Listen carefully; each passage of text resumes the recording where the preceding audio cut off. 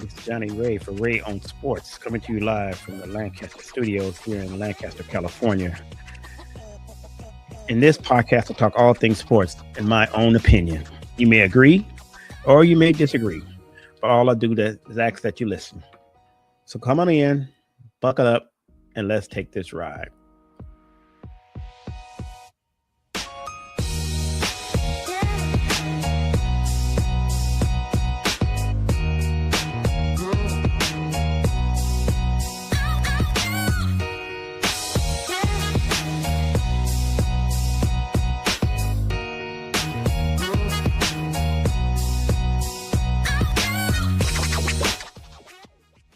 Hey, welcome in. Once again. This is Johnny Ray for Ray on Sports, coming to you live from the Lancaster studio here in Lancaster, California. The KJ Ray studios here in Lancaster, California. And I'm back again. Haven't been kind of busy. A lot of things going on. Home wise, everything. Church wise, home wise, family wise. A lot of things are going on. So that's why I haven't had a podcast put out yet. Trying to get through some things, but I'm back. I'm here. And hey, we're almost at 1,000 downloads. Only need, I think, about 45 more. So come on. If you love the podcast, if you enjoy what you're hearing, please download it. You can find it on Apple Music. You can spell it on Spotify. You can even tell your smart speaker to play Ray on Sports. So this week, what are we talking? There's a lot of things going on this week. The college basketball tournament is going on. Major League Baseball just started yesterday. Today is actually March 27, 2026. So Major League Baseball started yesterday. The Dodgers played yesterday. I watched a little bit of the game, bits and pieces. I can tell you this. I'm a baseball fan, but I'm not the technical or the all-into-it baseball fan because I used to play softball when I was younger. But as far as like following it day by day, the day-by-day stuff, I catch it every once in a while, but I'm not into it like I should be. I wait till like the playoffs and then I really get into it. I really start watching it and really start watching teams go at it. But for now, I just watch it. I watched the Dodgers like I said, I watched a little bit of the Dodgers yesterday. Dodgers won 8-2 yesterday over the Arizona Diamondbacks. They had eight runs, 10 hits. Winning pitcher was Yamamoto. ERA of 3.0, but it's the first game of the season. Losing pitcher was Zalin. Arizona had 2 runs, 6 hits, no errors. So that was the game yesterday. So Dodgers won 8-2 in the opening day. Everybody's picking the Dodgers to three-peat. We'll see. They won back-to-back championships. They won last year and the year before. They brought back the same squad. I haven't seen any alerts about them changing or bringing any. I think they bring a couple of players in, but like I said, I follow it, but I don't follow it that closely like that, but I should because I am a LA Dodger fan. So maybe I should start following it a little bit more and give you some more insight on it. But until then, let's talk NCAA tournament. How's your bracket doing? I'll wait. How's your bracket going? I'll wait. Well, for those who do the brackets, I do them, I always pick when I do my brackets. I'm not doing it for, any financial gain or anything like that. I just do it for the fun of it, just to see what happens, see how it goes, see how the rankings are against the best in the best experts. And I can tell you right now, they had this new thing where you had your first bracket of 64, and then they redid this other bracket called a Sweet 16 bracket. So it allows you to auto pick it, or you can pick it yourself or whatever like that. And so I let it do it. And let me see. Yeah, I'm ranked. Get this, guys. I am ranked 1,719,151 place. I have a 68.2% winnings, and I have 80 points out of the max of 1,100 points. I have like 80 points so far. I'm in like 5 groups, and these are, like I said, these are groups that are on the ESPN. So there's a Sports Center group. I'm 78,000 place in that. There's a First Take group. I'm 38,000 in that. Hey, in the ESPN radio group, I'm in 58th place.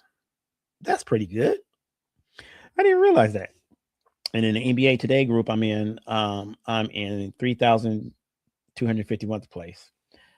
So like I said, this is just, it's for fun. It's nothing That's no finances are involved in this. I just, I jump in and I play it and see how it is. See, I used to do it really like I would watch, college basketball religiously, and I would know the teams and know how they play. But I don't have that kind of time right now, so I don't really watch it the way I should watch it. But I do watch like some of the first 64 games. Like I watched a couple of those. I got a couple of them in. Some of them I went to sleep on because I was watching them. And like I said, my days are busy. My days are busier. Got a lot of things going on in the house, and my main concern is making sure my house is taken care of before any sports, anything like that, and also as well as my church. I make sure my family is taken care of. I make sure my soul is good. I make sure my Christianity is good. Um, that's one thing.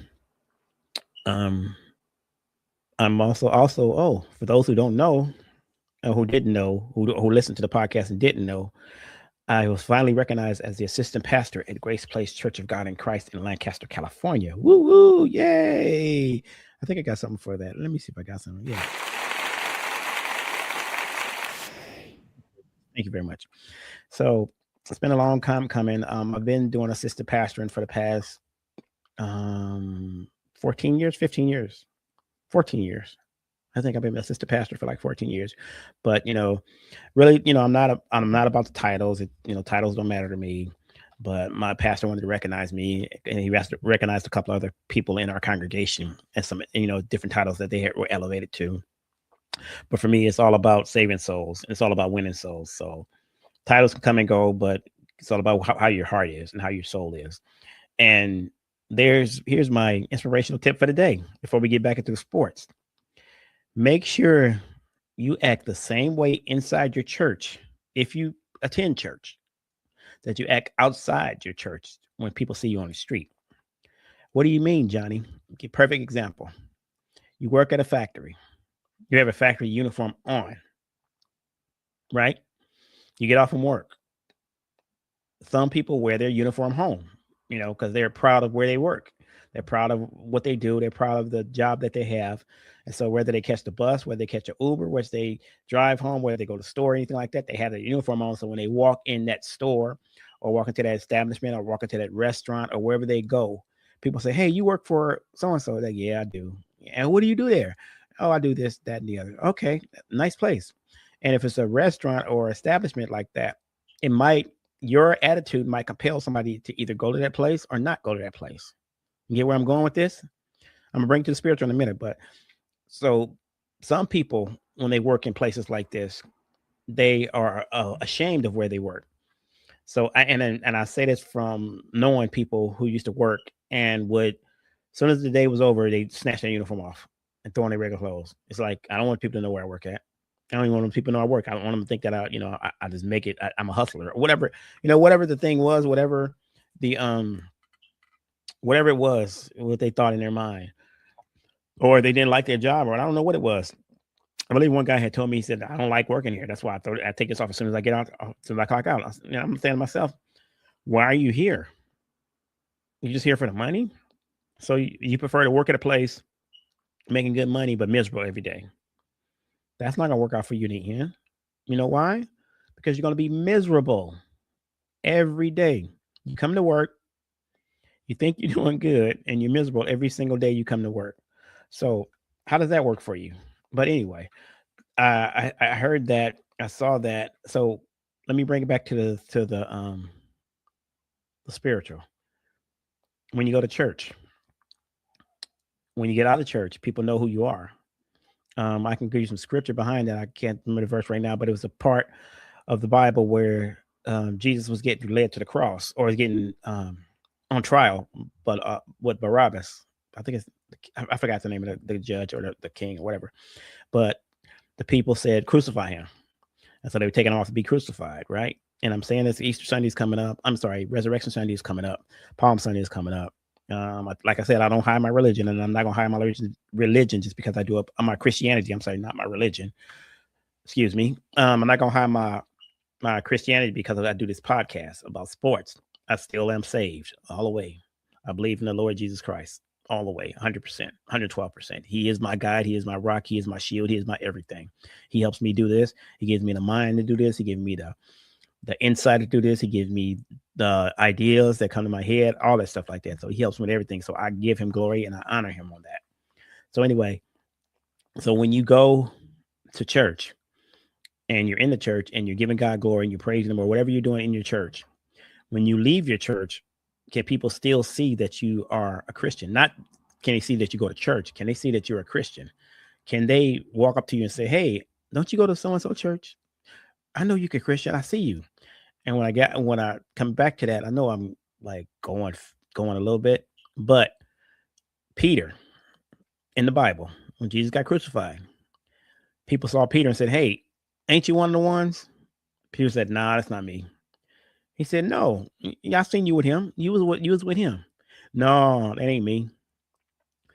And somebody asked him again, hey, ain't you the one? And so I believe the story is right. Peter went, like, he was walking around and he went to this little group of people and he was like standing around. I think it was like a fire or something. And a little young lady walked up to him and says, hey, ain't you one of the ones that was with him?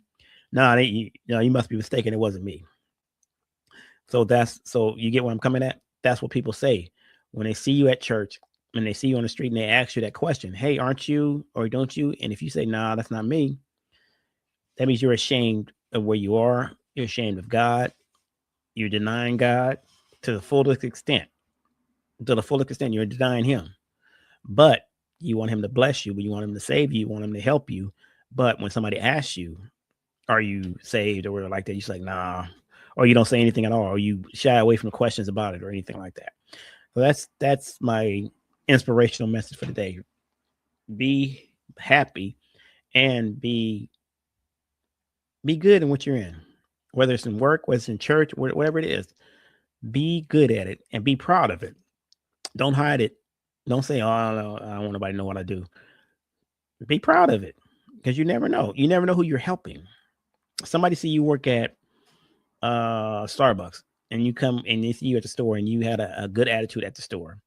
That might want them to come in Starbucks and get some coffee. I'm like, man, I met this guy that worked at Starbucks. Man, even if they might even go out their way to come to the Starbucks that you work at. Because they said, man, I met you at the store and, we was talking it up, chopping it up, and you was real nice. So I thought I decided to come in here and stop in and get some coffee. And that just made Starbucks some money. And that just made you look better. And it promoted something. And same thing with church. Somebody says, man, I saw how you was going through something, but you still didn't give up. And God's still blessing you and you still look good. And you still praising him and stuff, even though you're going through a lot. So that's the kind of place I want to be at. That's where I want to be at. So how can I get there? And you can say, well, God did this for me. God did that for me. God did this for me. God did that for me. And that's what opens up the door. But, you don't, the glory of God should show all over you without you even saying a word. My pastor said sometime when you walk in the room, the atmosphere should change because you're saved. Okay. So that's that. That's my take. I'm not gonna go too much into that because I can do 45 minutes on that. I can not preach, but I can teach 45 minutes on that on this podcast. But let's get back to sports a little bit. Okay. So NCAA bracket, like I said, I'm like 58th place in the one for ESPN, the ESPN radio one. I'm in 58th place. I didn't even know that. I got 80 points. I'm at 68%. So I'm at 58th place. That's pretty good. I didn't even realize that. Wow, that's pretty cool. Oh, well, he got about 40 people that's got 80 points too. So let me see. 1, 2, 3, 6, 9, 12, 15. I have about 35 people that got 80. But I'm in good company. We all got 80. But I like that. So what I did find out about these brackets is, and I found out from watching, listening to ESPN and ESPN radio and my favorite show, Freddie and Harry, that they say that people go in there and make 20 brackets. They just keep making brackets over and over. They pick one. So if you're into it like that, for me, like I said, it's no finances involved. If you're just in there for bragging rights. So you say, how can you make 15, 20 brackets? Easy. You can make one bracket where you pick all the teams to win, all the favorites to win. You can make another bracket where you pick all the underdogs to win. You can pick a third bracket of some picks to, some number one teams to make it, or higher ranked teams to make it, and some with the lower teams to make it. Or you can mix it up, whatever you can do. If you do it, or you can have your ESPN app generate the bracket for you. So there's different ways you can do it. And I think people just do that just for notoriety, just to say I did a bracket, I did 20 brackets or whatever, because there's no financial reward for this bracket. I haven't seen anything that says whoever wins this bracket challenge gets something. I think it's just bragging rights to the next year or whatever like that. But if it was financially something in it, I wouldn't do it because I don't gamble like that. So anyway, so what's going on with the brackets? Let's see what's going on with the brackets. How are we doing? How are we looking so far? Well, my brackets. Well, let me just look at my brackets. So this is mine right now. Okay. So yesterday, was it yesterday's game? So I picked Arizona over Arkansas and they won 109-88. I picked Purdue over Texas and they won by 2 points. I believe that was a great game. I didn't see it. My other side of my bracket, my South Division, I had picked Iowa over.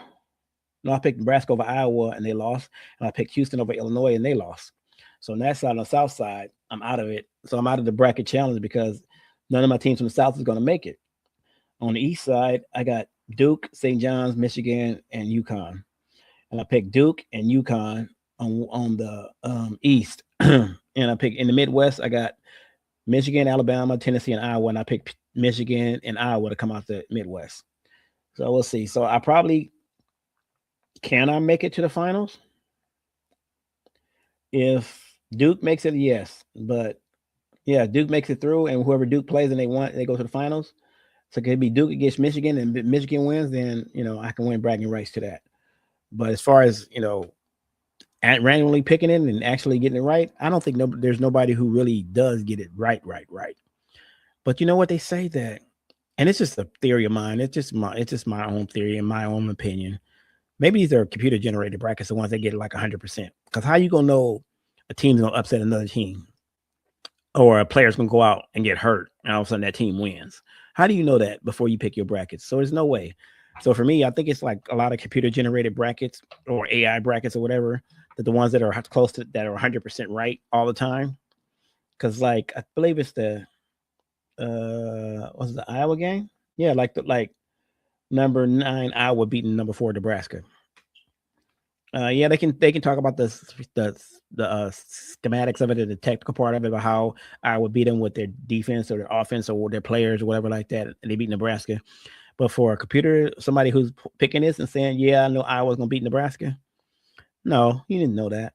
You didn't know that, but that's the way it goes. So that's it for that. Now let's go to the thing I was talking about. I mean, one of the other things, and I got like about 20 more minutes on this podcast.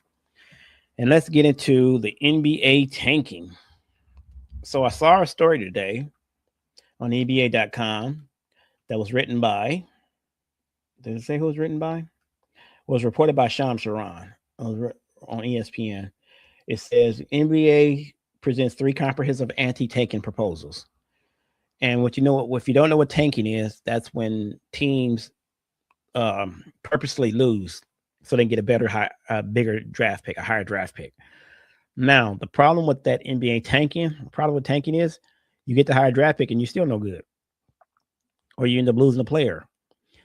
And one of the issues, I think a couple of concerns was, one of them is Dallas. They start tanking, and people kind of knew it when they traded away Anthony Davis, and they knew Kyrie Irving was to come back this year, and they just going through the motions. All they got is Cooper Flag. Now, at the beginning of the season, when they drafted Cooper Flag, it was like, oh yeah, Cooper Flag. With Cooper Flag and Anthony Davis together, they're gonna be in the playoffs, and they should be one of the teams in the playoffs. Right now, I think Dallas is almost on their way out the playoffs. I don't know if they're in the are they close? I don't know. I think Dallas. I'm looking at the schedule. Look at the standings right now. Yeah, right now Dallas is mathematically eliminated from the playoffs. So at 23-50. So yeah, they Dallas started tanking a while ago, I think, and people said that once they traded Anthony Davis, that's when the tanking started. But they figured, yeah, we ain't going nowhere. So the NBA, what was happening is teams are complaining about that, because now you have a great team, you make it to the finals. Yeah, you got a great team, but now it's harder for you to get a good draft pick because of teams that tank. Even a team that's not as bad can't get a good pick because of these tanking teams. So you got the Sacramento Kings, the Utah Jazz, the Dallas Mavericks, Memphis Grizzlies, New Orleans Pelicans, Washington Wizards, the Brooklyn Nets, the Indiana Pacers. Those teams are all out of the playoffs. And the Washington Wizards, they said, have been tanking for a while. The Brooklyn Nets have been tanking. And like I said, you could tell when teams are starting to tank because they start giving up players and giving up not draft picks, but they give up players for draft picks. So they're trying to better their odds to win next year. So they start, giving away key players and trade them away and says, hey, give me how many draft picks you got? Oh, you got like 3. Okay, if you give me those 2, I'll give you this guy right here. And they what they do usually call is they call playoff team and says, I know you need this player to get over that hump. So give me this player and give me your draft picks. No, I'll give you this player and give me your draft picks. Plus you throw in another player or whatever to make the money match. And that's what they do. For some teams it works. Some teams it don't. A lot of teams it don't. I think Washington Wizards have been doing it for a couple of years. It hasn't worked for them. They're still in the bottom of the standings. Utah Jazz did it last year. They're still in the bottom of the standings. The only new teams that are in there that weren't in the playoffs last year was Memphis Grizzlies. Their season, they kind of like when they traded away Jaren Jackson. I think that's when they decided to call their season. They're like, well, let's start it over because they knew they wasn't going nowhere, and so that's what they did. And Utah has a bunch of picks. I'm not sure, but yeah, I think they do. But it's another team that did the same thing. But this tanking thing is like it's outrageous because it's not really helping. That's the thing about it. It's not really helping. It's not really making things better for the NBA. It's not making things better for players. It's not making things better for the fans because you're tanking. You're getting these number 1 picks, and what happens is you get a number 1 pick.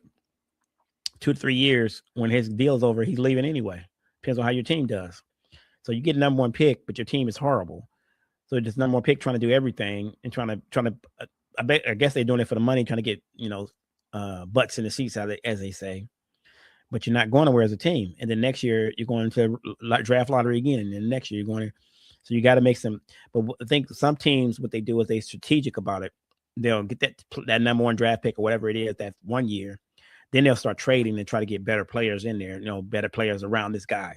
Like if they know they got a cornerstone player, then they're going to build a team around him. Cleveland did that for a while when they had LeBron. They knew LeBron was a once in a lifetime generational talent. So what they started doing was getting players around him, to match his intensity. And they started getting role players that would fit in with what LeBron was doing. The Lakers do that. They just realized, and everybody just started realizing that it's Luka's team now. So they're trying to build a team around Luka. Almost about the same thing he had in Dallas when they went to the finals that 1 year. I think year before last, yeah. They went to the NBA finals, and Luka had a bunch of role players around him. It was Luka and a bunch of role players because Kyrie Irving had got hurt halfway through the year. So it was just Luka carrying the team. But, they had a system together and everybody, worked together, and Luka knew who he had. So when he came to the Lakers, he went to the front office. Well, actually, when he came to the Lakers, they called him Rob Pelinka and probably Jeannie Buss and Coach JJ Redick called them, and I believe they had a lunch or something together, and they let him know that this is your team if you want to stay. And we'll do everything in our power to build a championship team around you. And so Luka told him what he needed. I need this kind of player. I need a pick and roll center. I need this. I need some wing players that can kick out and shoot threes. And I'll run offense. Now, people had talked about it because it was him, it's Austin Reeves, and it's LeBron James. And so they said you have 3 ball handling people on the floor. How does that work? So the first part of the season, I can see in coaching, and this is where good coaching come into play. I can see when JJ Redick first got it, he would trying to see how it would work. So he won a couple of possessions, he would let Luka run offense. Next possession, he would let LeBron run offense. Next possession, he will let AR run offense. And Austin Reeves run offense. And that's what he would do to find out how they're going to run, what was successful. But the problem was people were saying your defense sucks. You guys can score, but you guys can't stop nobody. And that's what's going on for a long time. So then after the All-Star break, LeBron went out for a little bit, and Luka and AR was playing, and they were playing well. And LeBron, think Bron looked at that and said, I'm 41. Let me give it over to Luka. Now, mind you, LeBron tried to do the same thing when Anthony Davis was here. He tried to say, I'm gonna pull back and I'm gonna let AD run the team. That's gonna be his team. I'm gonna pull back and I'm gonna be the role player. I'm gonna be the Robin to his Batman. And it didn't work out because AD wasn't Batman. AD was Green Lantern. Okay, sorry, Green Lantern. I didn't mean like that. AD, I love you, but yeah, that's what it was. So now he's got Luka, and now he's noticing that Luka can run a team, and LeBron's seen it. So since he's been back, um, Luka's been running it, and they've been winning. At first, they were on a 9-game win streak. Yeah, 9-game win streak, and then they end up losing one game. Or 8-game winning streak, and then they lost to the Detroit Pistons. But then they turned around the other day and beat the Indiana Pacers. So whatever LeBron did is working. Whatever he's doing is working. He's like decided to be a role player and let AR and Luka run the team. And when it comes to last shot of game, he gives it to Luka and let Luka run offense or let AR do it. And a couple of games that they won, it came down to Luka or AR running the team. LeBron's been, every once in a while he gets in there and he does his thing. But they said right now, LeBron, I heard a couple of people say that LeBron is playing free safety out there, or he's playing linebacker out there, whatever. He's kind of like watching the whole floor and playing defense and, looking the passing lanes and stuff like that. Because LeBron is a very smart, if you don't know, very smart basketball player. So he's like looking through watching the defense, watching what they're doing. Then when he goes back to a huddle or something, or he tells Luka, hey, this is what they're doing. He's cutting over here and he's cutting that way. So, and he's talking to JJ Redick, and JJ Redick said, yeah. So let's do this. Let's run this. Let's run that. What was very key, one of the games that was key, and I always talk about them because I'm a Laker fan. I see I have my Laker jersey on, my Kobe number 8. One game they were playing the Houston Rockets, and the first half, I think Kevin Durant was killing them. So JJ Redick went in the locker room, came back out, and says, "This is what we're gonna do. We're gonna double KD and make it somebody else beat us." And they did it. They blitzed him every time they get KD. It frustrated KD. He didn't know what to do. He couldn't figure it out. He ended up not scoring. I don't think he scored. I think he scored maybe 2 or 4 points in that whole second half, and they lost the game.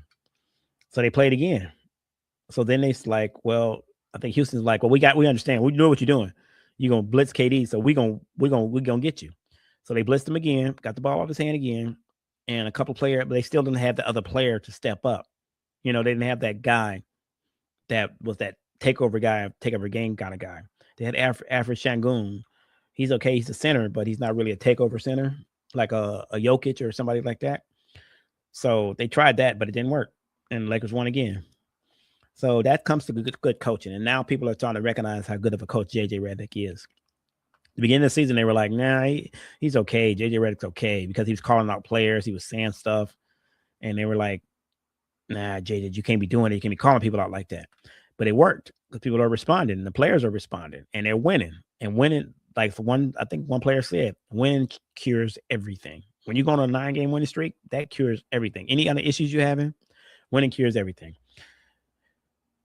And that's where the Lakers are right now. As far as the rest of the NBA, the playoffs are starting right now. As of today, March 27, 2026, here's the standings in the East. Detroit Pistons have locked up I believe they locked up the number 1 spot. I think that's what the X means. Amen. Yeah. Oh no, sorry. They haven't clinched the division yet. They clinched the playoff berth. They're 53-20. Boston Celtics are right behind them, but they're 4.5 games behind them. I don't know if they're going to catch them because I believe it's like maybe 10, 15 games left in the season, maybe 11, if I'm not mistaken. Boston's at 48-24. New York's right behind them, a game behind them at 48-26. Cleveland's in 4th at 45-28. Atlanta's in 5th. Wait a minute. Atlanta's in 5th. If you guys don't remember my last podcast that I had, I made a prediction. I said the way Atlanta's playing, I guarantee you by the time the playoffs start, they're going to hit in the 6th seed. They're going to get the 6th seed. That's what I said. They superseded my prediction. Do you hear me? I predicted 3 weeks ago that the Atlanta Hawks were going to jump. And in that time, 3 weeks ago, they were in the 9th seed. I said they're going to jump from the 9 to the 6th seed and make the playoffs. They're in the 5th seed. They're the 5th seed now. And they've won 3 in a row. They were on a big winning streak, and I think they lost it. Now they're back on another winning streak. So they're in fifth place at 41-32, followed by Toronto at 40-32. Philly is 40-33. Orlando's 39-34. Charlotte's 39-34. And Miami's in the 10th spot at 39. So you got three teams tied for 8th, 9th, and 10th. So how did that work if they all tied up at the end of the season? It goes by their record against each other, the tiebreaker. So if you play, I think you usually play maybe 3 games against each other in any league, any division.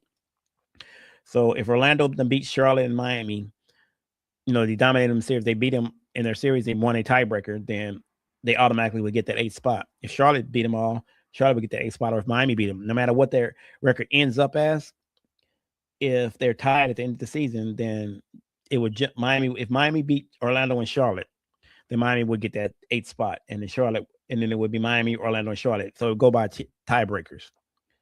So that's the East. In the West, you have OKC, who has clinched their division. San Antonio has clinched their division because OKC is at 57-16. San Antonio is right there with them. They're 2 games behind with 55-18. The Los Angeles Lakers are in 3rd place, 47-26. Denver Nuggets are right behind them at a game and a half behind them, 48-28. Minnesota is at 45-28. Houston Rockets are 43-29.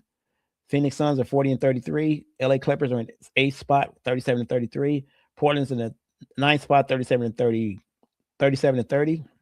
I'm sorry, 37-37. And the Golden State Warriors are at 35-38.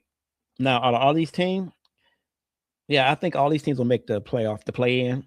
The Suns, the Clippers, the Trailblazers, and the Warriors, they're going to make the play-in because the next team behind the Warriors is like 10 games back, which is New Orleans Pelicans, and they're already been eliminated. So there's no way that Golden State's not going to make the playoffs. It's just what they do when they get in there, and they're going to be in the play-in. So I think the play-in is usually 7 versus 8 and 8 versus 9, and then I think 7 versus 10 and 8 versus 9, and the winner of the 7 and 10 playoff series gets the 7th spot, and the winner of the 8 and 9 series plays again. I guess they play the loser of the 7 to 10 team. It's a lot. It's a lot, but it's giving teams chances to get into playoffs. So with that's what the NBA tanking comes in at. They had 3 proposals that they started to try. One of the proposals was they were saying in the first proposal, sources told Shams Charania, 18 teams, the bottom 10 that missed the play-in tournament, and the 8 that qualify for it, all will be part of the draft lottery. The bottom 10 teams will have an equal 8% chance of moving up in the lottery, with the remaining 20% of the odds being split among the 8 play-in teams in descending order from 11 to 18. All 18 spots will be drawn as part of a lottery in that format. So that's the first proposal, that they're saying that even though you're in the bottom half and you don't make the playoffs, they're saying the play-in teams that were in there have a chance to be in the lottery too. So they'll be part of the draft lottery. So when they pull the numbers, and that's what I'm saying, this is trying to stop teams from tanking. So just because you tanked and you have the worst record in the NBA doesn't guarantee you a number 1 spot, because now they're throwing in under this proposal, they're throwing in the play-in teams as well. So a play-in team like I was just talking about, a play-in team like say Golden State Warriors, they could be in a draft lottery with the tanking teams, and they can pull the number 1 pick, and whoever the number 1 is coming out of college, they can go to Golden State, and they're coming to a winning program. Because you got Steph Curry there, you got Draymond Green there, you still got some pieces in place, and you still got a great coach in Steve Kerr. So he could go there. A number 1 pick could go to Golden State and catapult him right back into the mix of things. Same thing. I was going to say same thing to East. Yeah, same thing to East. You got a 76ers, a Magic, a Hornet, and a Miami Heat team. Under this proposal, number 1 draft pick can go to any one of these teams and automatically catapult them into that upper echelon.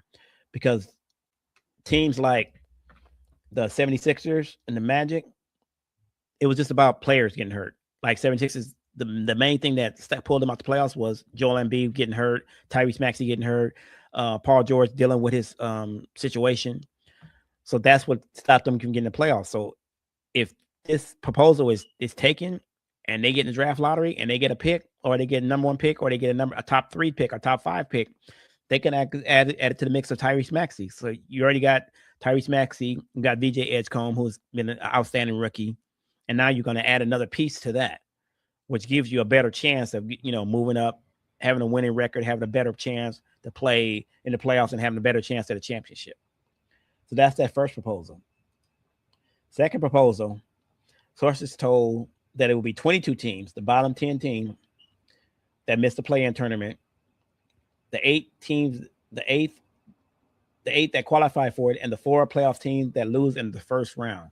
So remember I was talking about the playoff, how the play-in works, where you they said in the first round of the playoffs. Oh, that's different. So it's saying that the play-in teams, the bottom teams, and then if you're in the playoffs and you lose in the first round, you still got a chance to be in the lottery. That's even better. So a team like, for instance, a team like the Denver Nuggets can play in the playoffs, lose in the first round under this proposal, and be in the draft lottery, and add something to Jokic and Jamal Murray and those guys over there, those boys over there. I like that proposal, because that and what it does is, like I said, it's trying to stop tanking. What it does is it forces other teams to play better, and forces the NBA to be more competitive, because now you can't say I'm tanking, try to get a draft pick. Now you got to play. And now you got to play with what you got. So I kind of like that proposal too. The third proposal is a 5x5 method, which in this one, the same 18 teams from the first concept, the bottom 10 plus the 8 that make it, will be entered into a lottery. The teams with the 5 worst records would then have all the same odds, with them descending from there. And there will be a lottery drawing for each of the top 5 picks in the draft. After those 5 picks are selected, they're going to have another lottery drawing for the remaining 13 teams. If any of those teams with the 5 worst records didn't land one of the top 5 picks in the first round, they will be back in that lottery, in that draft, or another lottery pick. So that's a lot. That's a lot. I like those proposals. There's 3 proposals that's out there. We'll see how the Board of Governors deals with it. I think their meetings in May. Yeah, they're meeting in May to see how to figure that out. But I like that. I like that concept. NBA, I think you got it right this time. Good job. All right, so that's it for this episode of Ray on Sports. My name is Johnny Ray. Thank you guys for listening. Thank you guys for tuning in. Remember, if you missed any of this episode, you can always catch me on Spotify, on Google,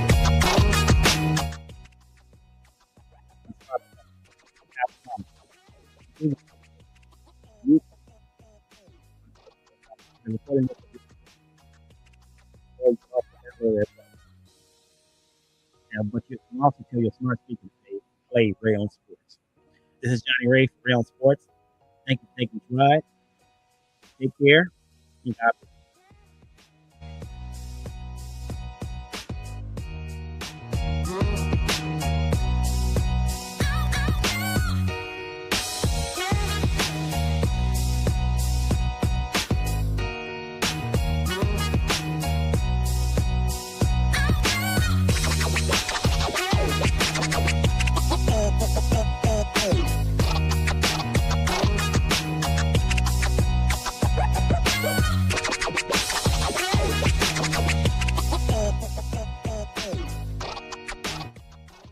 Ray on Sports is sponsored by nobody.